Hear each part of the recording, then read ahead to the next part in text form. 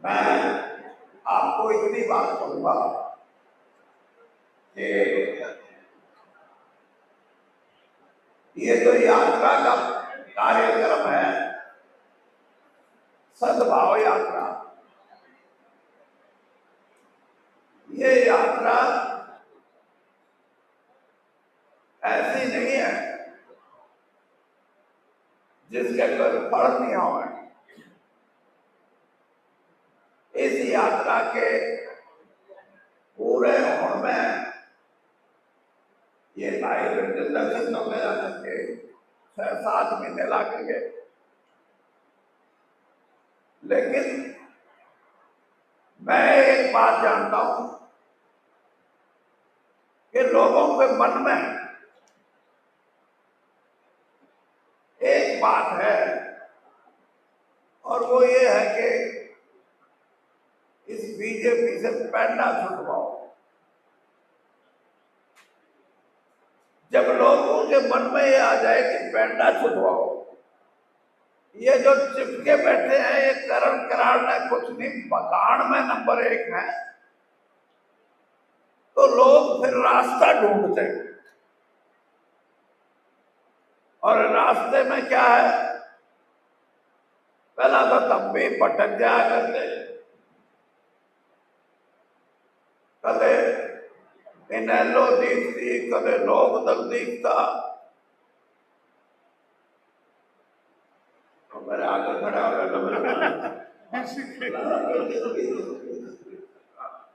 इतना भारी आदमी। और आप पार्टी ने भी दफ्तर से छोटे छोटे खोले थे, मायावती जी की पार्टी भी एक बार उठी थी, और जेजेपी आपस में भाई चाचा लड़ा के नहरे नहरे हुए थे। वो लोगों के लिए नहीं लड़ रहे थे, वो अपने अपने हिसाब से गद्दी काबू करने के लिए लड़ाई थी वो। और गद्दी काबू करने की भी लड़ाई नहीं होती भाई, पीछे कमान की लड़ाई होगा, पीछे कमान। यानी देश के अंदर राजनीति में अगर कोई सबसे बड़े सुधार की जरूरत है, तो मैं ये कहूंगा कि कोई ऐसे रास्ते जनता निकाले जिससे कि कोई आदमी जीत के जाए, एमएलए बने, एमपी बने, केंद्र में मंत्री बने, प्रधानमंत्री बने, यहां मुख्यमंत्री बने। एक बात बताओ, कमला नहीं मेरा मन मेरा है, जितने भी मुख्यमंत्री बने हैं हरियाणा में, सबके दिल्ली में फार्म हाउस है, फार्म हाउस। एक फार्म हाउस हुआ नहीं है तारा, एक ने भी किले में ट्यूबवेल भी गाड़ दिया और एक कोठा भी बना दिया ना। उनका तो लाड़ का कमरा भी 50-50 लाख में बना है। क्यों भाई, ये पैसे कहां से आए? ये ईमानदारी के पैसे है क्या? क्या हरियाणा की जनता इस बात को नहीं पूछेगी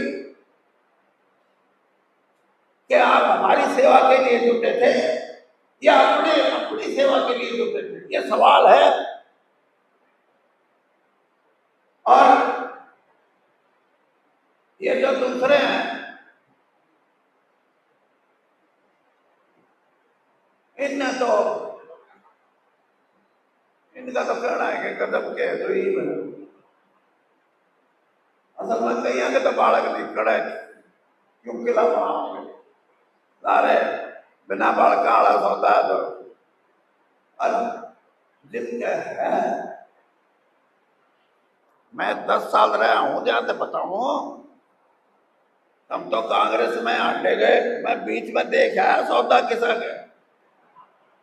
हाँ,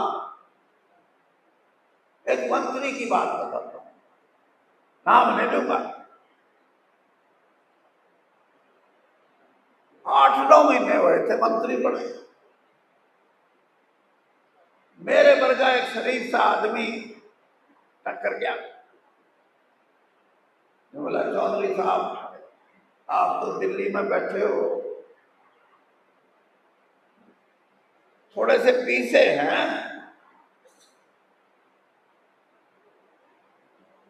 उन्हें किधर लुआ दो ना। मतलब मेरे पे नहीं लागे, अपने नहीं है, तेरा कड़े से लुआ दूंगा। फिर भी मैंने भरूंगी उसकी। मगर 8-9 महीने में के कमाए होंगे 20-30 लाख रुपये, कैसा होगा। मगर कितने लुआने हैं? ने बोला 16 करोड़। अरे जालिम है तो 2 करोड़ महीने में जिसकी ये व्यवस्था हो, जिसका जिंदगी में काम करने का ध्येय हो कि मैंने पैसा कमाना है, वो प्रजातंत्र में लोगों के लिए नहीं हो सकता कभी। और इसलिए मैं आपसे कहता हूं, मैं ये विजेंद्र सिंह की 7 महीने की बात नहीं मानता। एक बार यात्रा में झूम के इकट्ठे होकर जुट जाओ, 3 महीने नहीं पकड़ सकते। 3 महीने क्यों? मैं इसलिए नहीं कहता कि वो विरोधी पार्टी है, हम कांग्रेस है, नहीं। मैं इसलिए कहता हूं कि हरियाणा का किसान रोज वाला जब है कदम मलकाता है, आजादी मिलेगी। हरियाणा का कमेरा वर्ग, उसको क्या मिला? बड़ी बड़ी बात करते हैं कि हमने 25 करोड़ इस देश के लोगों को गरीबी से निकाल दिया। अरे गरीबी से निकले होते तो 5-5 किलो अनाज मिले थे।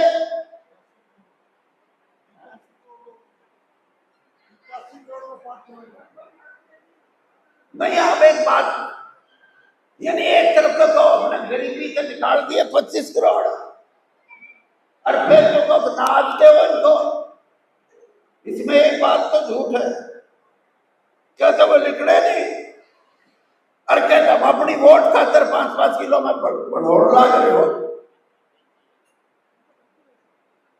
और इसी तरीके से मैं ये कहूंगा कि हमारे फौज के भाइयों, ये इलाका फौजियों का है। यहां 3 साल 4 साल के लिए आ जाओ। क्यों? मोदी जी की सरकार ने सीरी लाने हैं। यहां का फौजी सीरी नहीं लग सकता। ये देश की सीमाओं पर रक्षा करने वाले फौजी अपने परिवार को छोड़ के 20-20 साल, 25-25 साल सीमाओं पे देश की आजादी को बचाने के लिए संघर्ष करते हैं। और उनको तो ये तो 4 साल के बाद छुट्टी। अरे बगाड़ में एक और रात, जिस तरह मैं 5 किलो वाली बताऊं, इसी तरह बगाड़ में एक और रात छेड़ दिया कि यहाँ आओगे जब, वहां से 4 साल के बाद आपको 20% सिपाहियों में भर्ती करने का कार्यक्रम बचा। इसका मतलब ये हुआ कि इन लोगों के साथ, इनके भविष्य के साथ, इनकी जिंदगी के साथ इससे बड़ा धोखा कोई नहीं हो सकता। और फिर ये कहते हैं कि इस देश में अल्पसंख्यक क्यों रहे, उनको भाई मोटी बात समझ लो। 2 बातें करते हैं। एक तो जो कहें कि धर्म के ठेकेदार हम हैं। क्यों? कृष्ण जी से, रामचंद्र जी से लिखवा गा रहे हो, तुम धर्म के ठेकेदार हो। अगर धर्म का कोई ठेकेदार है तो किसान है, ये मजदूर है। मजदूर भी अपनी मजदूरी पे जाता है तो राम का नाम लेता है। किसान भी अपने खेत में पहले हल चलाता था तो राम का नाम लेता था, ट्रैक्टर चलाता है तो राम का नाम लेता है। और ये कहे कि हमारा है, अगर राम है तो वो भी हमारा है, तो उससे दगा मत करो। उससे दगा करोगे तो कभी माफी नहीं मिलेगी, और इन लोगों से दगा करोगे तभी कभी माफी नहीं मिलेगी। नेपाल का हाल देख लिया, सारा देश खड़ा हो लिया।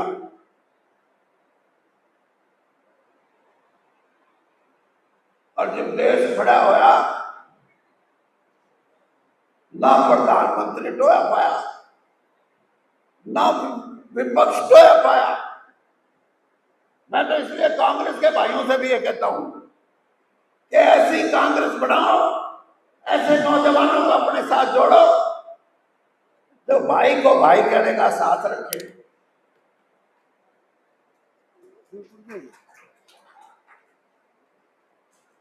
क्यों हमारे को तोड़ने की कोशिश की गई? अरे मेरे मेरे घर में काम करने वाली मेहरानी अगर नाते में मेरी चाची लगती है तो वीरेंद्र सिंह उसको चाची कहेगा, ये नहीं समझता कि मेहरानी है। हमारे संस्कार, हमारी सभ्यता, हमारा आपस का रहन सहन। मैं बीजेपी वालों से भी हाथ जोड़ के कहता हूं, तुमने जो झूठ बोल लिया, जो करना कर लो, लेकिन हमारे भाईचारे को मत तोड़ो, मत खराब करो। और ये यात्रा जो है ये इसी बात के लिए है। मैं इसलिए ये बात कहता हूं कि भारतीय जनता पार्टी वोट तोड़ने में तो चालाकी में कामयाब होगी, लेकिन इनकी हमारा भाईचारा नहीं टूटा। ये हमारे भाईचारे को तोड़ने की कोशिश करते हैं। और भारतीय जनता पार्टी को सही जवाब देना हो तो सारे समाज को इकट्ठा रह के भाईचारे की जो हमारी मिसाल है उसको बना के रखना है। और आप बना के रखोगे क्योंकि आपके संस्कार ऐसे हैं। आपके बड़े बुजुर्गों ने यही सिखाया है, रखना भाई बेटा, या तेरी ताई है। वो जो छोटा बच्चा पूछता है किस जाति की ताई है ये, एक छोटे बच्चे से कहते हैं बेटा ये तेरा बड़ा भाई है, चाहे किसी जाति का भी हो बच्चा ये नहीं कहता कि ये बड़ा भाई कौन सी जाति का। ऐसे समाज की व्यवस्था को तोड़ने का कोई काम करेगा तो कांग्रेस पार्टी इकट्ठी होकर नौजवानों को साथ लेके ऐसी ताकत के रूप में उभर के आएगी कि ये तोड़ नहीं पाओगे। 7 महीने तो बनने दो, हम 4 महीने में काम कर दूंगा। देखो 7 तो लाऊंगे नहीं, क्योंकि लोग तैयार बैठे, लोग जो कहेंगे पीछा छुटवाओ। तो इसलिए इस यात्रा का सबसे बड़ा महत्व यह है, ईमानदारी से अगर नौजवान पीढ़ी जिन्होंने 25-30 साल अगली राजनीति करनी है, अगली समाज की दृष्टि को ठीक रख के समाज को जोड़ने का काम करना है, तो नौजवान हमारे चाहे भाई हो चाहे हमारी बहन हो, वह इस यात्रा में जुड़े। और जो जो यात्रा आगे बढ़ेगी, यात्रा का करंट तेज होता चला जाएगा। और जो ये विजेंद्र सिंह ने भी और साथियों ने भी ये कहा था कि यहाँ ज्यादा बारिश होने से खेतों में पानी खड़ा है और सरकार कहती है कि देंगे। मैं ये कहता हूं कि गांधी जी मेरा एक फार्मूला वो तो तब भी नहीं मानो, ये भी नहीं माना बैठे। मैं ये कहता हूं कि सरकार ये कहती है कि 15,000 नहीं, हाँ 7 से 15, थोड़ी मरियोड़ है तो 7,000, घड़ी मरियोड़ है तो 15,000। मैं ये कहता हूं कि विपक्ष का आएगा, वो कहेगा नहीं 50,000, 60,000। रौला लगाने के लिए एक ही तरीका है कि एकड़ के हिसाब से मत दो। आप किसान के खेत में उसने ट्रैक्टर चलाया या हल चलाया, बीज डाला, पानी दिया, फसल ऊपर आ गई, उसमें कुछ खाद भी गिरा होगा, तरला खाद भी गिरा होगा, ऊपर का भी गिरा होगा, कुछ और कीड़े मार, ये काम किसान कर चुका था जब बारिश में हमला बोला। 3 काम उसने करे नहीं। एक तो काटी नहीं क्योंकि बर्बाद होगी, और एक काटी नहीं, काट के काटी नहीं, और एक काटी और बेच के नहीं आया। इन 3 खर्चा न छोड़ के बाकी के 7 खर्चे, उसका हिसाब लाके एकड़ के हिसाब के नहीं, क्विंटल के हिसाब से किसान को अगर मदद करनी है तो अरे 20-20 हजार करोड़ रुपए खा के 15-15 साल, 14-14 साल, 12-12 साल, 8-8 साल से इस देश के बड़े बड़े पूंजीपति दूसरे देशों में भाग गए, आज तक एक को वापस नहीं लेके आए ये। और जब वापस भी आएंगे तो पता नहीं क्या इंसाफ होगा। उनके तो कहेंगे कि हम जाएंगे, अदालत में पेश करेंगे, इतना पेश करेंगे तो जिनमें कई लोग कहेंगे, फिर अदालत में कह देंगे बड़े काम के काम। ये व्यवस्था क्यों है? ये व्यवस्था इसलिए है कि आदमी पैसे वाले की कदर है, और जो पसीना बहाता है अपने बच्चों का पेट पालने के लिए, किसी गरीब का बेटा, किसी कामगार का बेटा, किसी कमेरे वर्ग का बेटा, किसी किसान का बेटा, उसको नहीं है। अगर ये व्यवस्था बदलनी, अपने हकों की रक्षा करनी, तो आपको समझना पड़ेगा। लेकिन आप भी समझने के लिए आप भी घने तैयार नहीं होते, इसीलिए बेईमानों के हाथ में सत्ता आ जाती है। और मैं एक बेईमान को नहीं जानता, सब बेईमानों को जानता हूं। और मैं इसीलिए हौसले से ये बात कर सकता हूं कि राजनीति में बेईमान अगर कम कर रहे हैं, खत्म तो तब भी नहीं कर सकते। अगर कम कर रहे हैं तो लोगों की भावना को सोचना पड़ेगा, जुड़ना पड़ेगा। और ये बात शुरू होगी। ये भाई बृजलाल नए अध्यक्ष बने कांग्रेस के, ईमानदारी की बात है, बृजलाल ने भी नहीं सोचा होगा अगर मैंने कांग्रेस अध्यक्ष बना देंगे। लेकिन राहुल गांधी जी का यह फैसला है कि मैं कांग्रेस में नए खून को, नौजवान को आगे जाकर खड़ा करना चाहता हूं। और ये क्यों है ये भी बता दूं। बृजलाल ने भी हेरा फेरी करनी हुई तो 20 साल ईमानदार रहेगा, फिर सोचेगा करूं कि ना करूं। कम से कम 20 साल तो बेईमानी बंद होगी। ये बेईमानी बंद करने का राहुल गांधी का सबसे बड़ा एक तरीका है। और मैंने तो चाचा भाई, मैं तो मिसाल दिए कहते जो सोचा कि मेरे पे टाल गया सारी बात। मैं ये बात इसलिए, नौजवान आदमी आ गया है, दलाल साहब का बेटा कहाँ गया? हाँ, राजेश, राजेश है ना? इसने लाल साहब ने मेरा हिसाब देखा होगा कि यो 65 या क्यों गड़ा क्यों बॉडी बंदर थोड़ा आगे कर रहा। इसने कोशिश की और साथियों ने कोशिश की, यहाँ ड्यूटी सुप्रीम ड्यूटी जो भी मारे जैसा है, बीजेपी में आया है जो भी काटी है,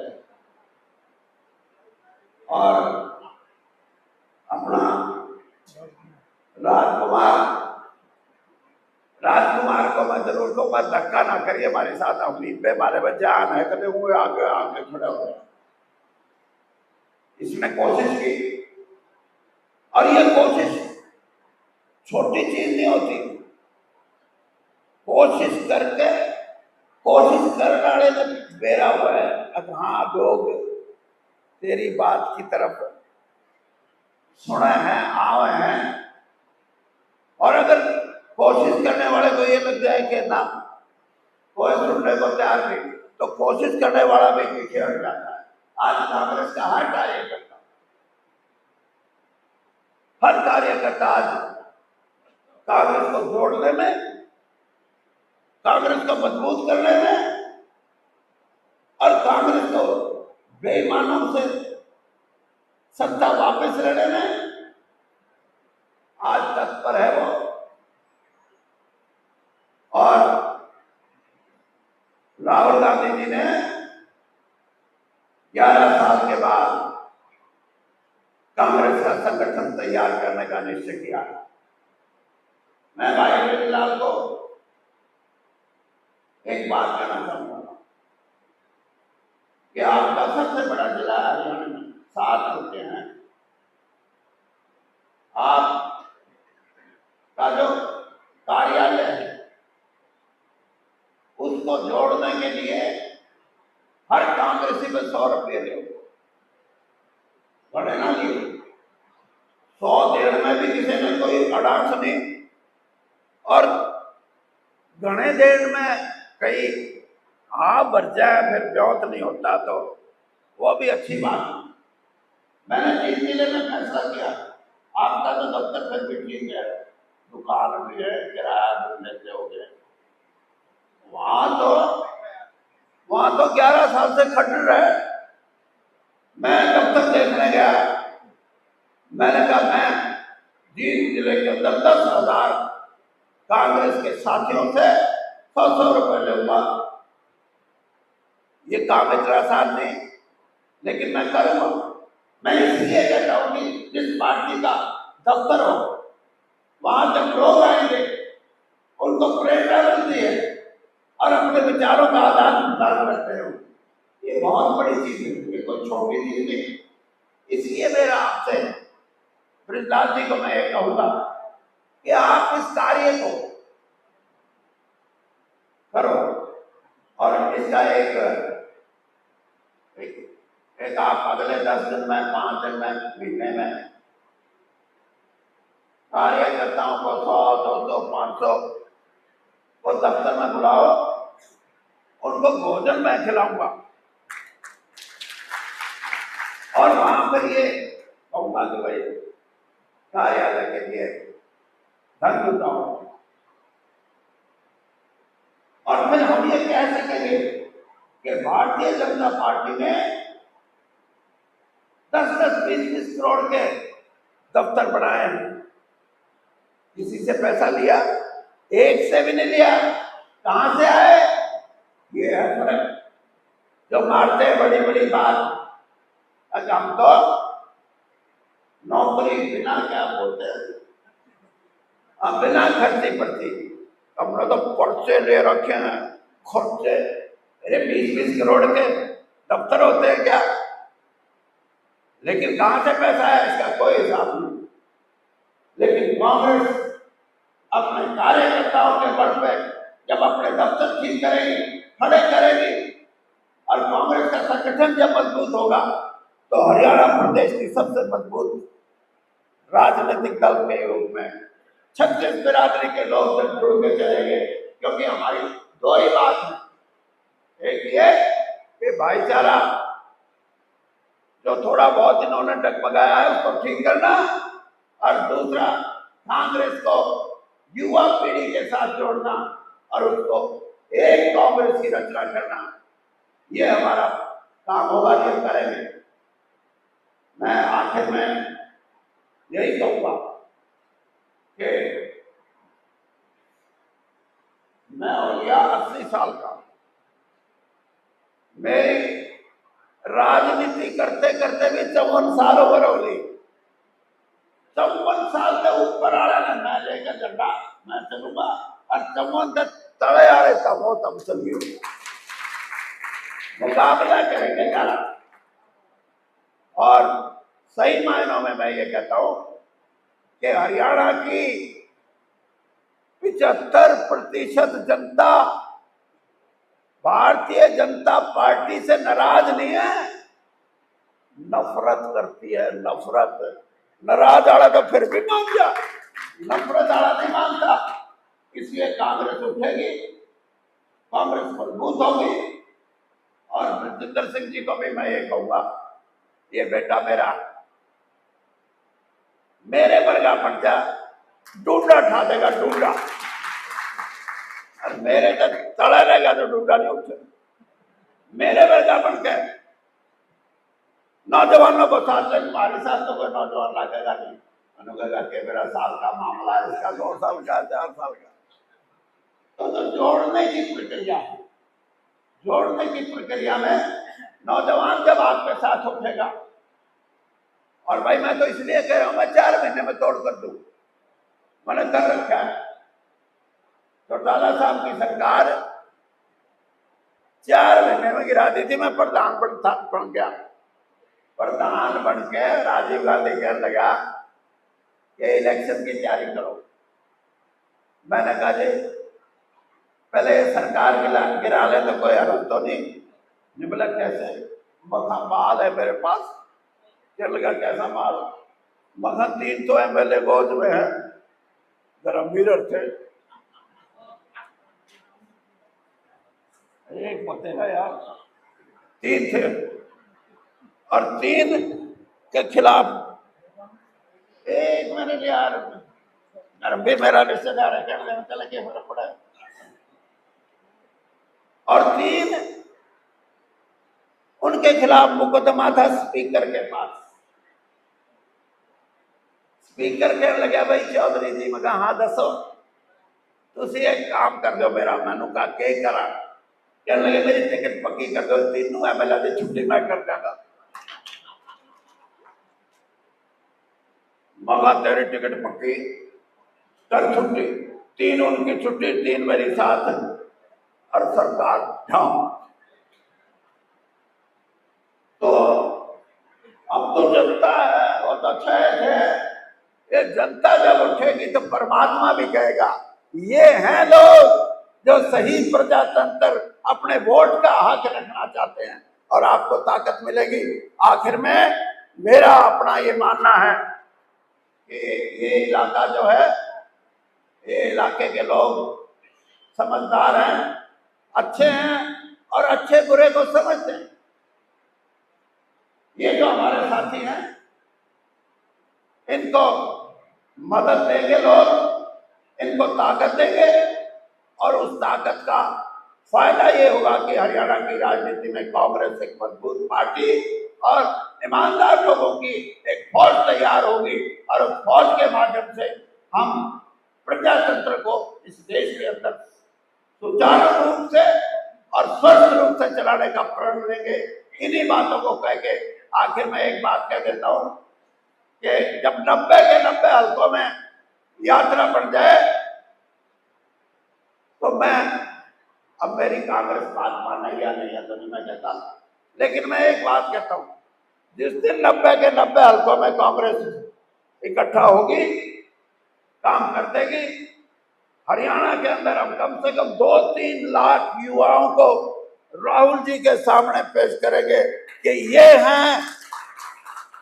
हैं कांग्रेस के सेनापति, ये हैं कांग्रेस के लड़ाकू जवान और ये इस प्रजातंत्र की रक्षा करेंगे और कांग्रेस संगठन को मजबूती देंगे।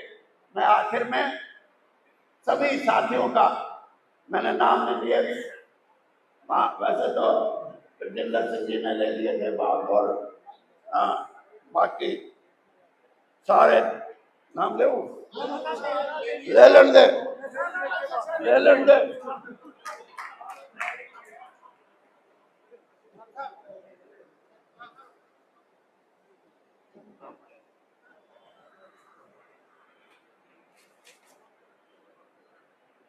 के दलाल साहब नाम कल आप लोग को काम तो मन न करे, नाम लिया ही नहीं।